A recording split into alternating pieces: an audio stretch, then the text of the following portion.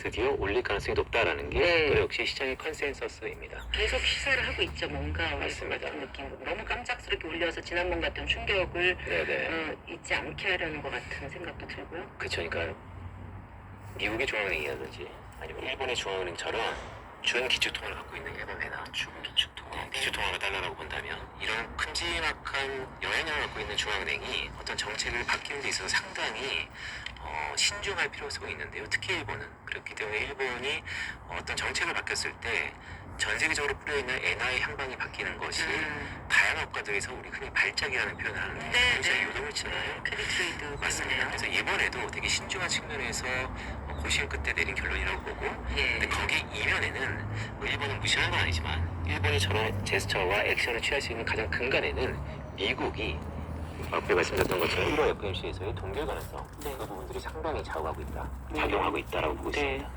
이전보다 훨씬 더 이렇게 열려 있지 않습니까? 모든 게 시장이. 그래서 다른 나라들의 영향을 받을 수밖에 없고, 흔히 말하는 정말 강대국, 패권 국가인 미국의 정책 방향, 또 중국은 어떻게 대응할 것인가, 옆에는 일본은 어떨 것인가에 따라서 우리도 참 대응 전략, 컨틴전시 플랜을 여러 가지 갖고 가야 될 텐데, 일단 1%대의 저성장을 올 한 해 예상하는 그 기관들이 많지 않습니까? 이미 이제 그거는 기본값으로 둬야 될 것 같고, 그런 상황에서 우리는 어떻게 이제 올 한 해를 잘 정부와 또 기업, 또 가게 다 또 대응해야 할지 그 부분 끝으로 좀 짚어주신다면요. 매우 중요한 질문이신데요. 한국 경제가 국가미래연구원은 1.67%, 그러니까 1.7% 언더로 성장한다는 것은 사실 이례적인 상황입니다. 그러니까 성장이 거의 멈췄다라고 생각할 수 있는 것이고요. 이제까지 우리가 경험하지 못했던 저성장 맞습니다. 거예요. 그런데 인생은 우리 의미가 있죠. 속도보다 방향이다. 오호. 방향인 것 같습니다. 네. 그런데 특히 올해 지금 이 시점에서는 그 방향성보다는 속도감이 좀 더 중요한, 즉 타이밍이 좀 더 중요한 시국이 아닌가. 그래서 정부와 민간 합의체라고 할 수 있는 것이죠. 정책 공조에 대한 필요성이 그 어느 때보다도 높은 시기가 있다, 시기가 됐다라고 생각을 하고 있습니다. 네, 그러기 위해서는 좀 뭔가 전국이 좀 안정됐으면 하는 그런 바람도 가지게 되네요. 전국의 안정, 또 투자자들의 본인의 마음의 안정, 필요한 것 같습니다. 어쨌든 새해 복 많이 받으십시오. 고맙습니다. 네, 경제학과 교수인 빈센트 이코노미스트와 함께했습니다.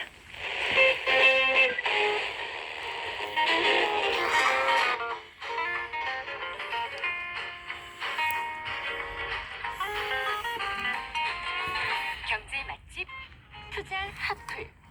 지금은 돈 받기 딱 좋은 시간. KBS 1라디오 경제쇼. 네, 부동산 시장을 한뼘 깊게 분석해보고 한 발 빠르게 전망해보는 부동산 투자 분석 순서입니다. 우리은행의 함영진 부동산 리서치랩장 스튜디오에 모셨습니다. 반갑습니다. 안녕하세요. 안녕하세요. 자, 올해부터 달라지는 부동산 제도 법규 사항이 꽤 있는 것 같아요. 일단 어떤 것부터 말씀해 주시겠습니까? 도시환생활주택의 건축면적 제한 완화부터 말씀을 드려야 될 것 같습니다. 그 도심의 주택 수요가 많은 것이 역시 이제 중소형 면적이라고 할 수 있는데요. 전용 면적 59제곱미터에서 84제곱미터로 구성된 아파트 형태의 도시형 생활주택이 지금보다 더 공급될 수 있도록 최근 건축 면적 제한 60제곱미터 이하 규제가 완화됐습니다. 그러니까 평형으로 말하면 이제 34평, 그러니까 전용 면적 84제곱미터까지 도시형 생활주택도 건축이 가능하게 됐는데요. 그 관련 주택법 시행령이 1월 말까지 개정될 예정이기 때문에 공포한 날로부터 바로 시행할 수 있겠습니다. 알겠습니다. 그리고 인구 감소 지역 그 주택 취득자에 대해서 양도세, 또 종부세, 과세 특례를 해주겠다. 이렇게 나왔더라고요. 맞습니다. 이제 바로 요즘 이제 지방의 인구 감소가 사실 사회적인 화두가 되고 있는 상황인데요. 그러니까 흔히 말하는 인구 소멸 지역에 대해서 세컨드 홈을 구입했을 때 세제 혜택을 주겠다는 겁니다. 이들 지역의 경제 활성화나 생활 인구 확대를 위해서 기존의 1주택자가 인구 감소 지역에 주택 취득할 때 1세대 1주택 특례를 1월부터 적용하게 되는데요. 인구 감소 지역은 수도권 광역시를 제외하되 수도권 내 접경 지역과 광역시 내 군 지역은 포함하게 됩니다. 근데 주로 수도권보다는 이제 지방주택 시장이라고 보시면 될 것 같고요.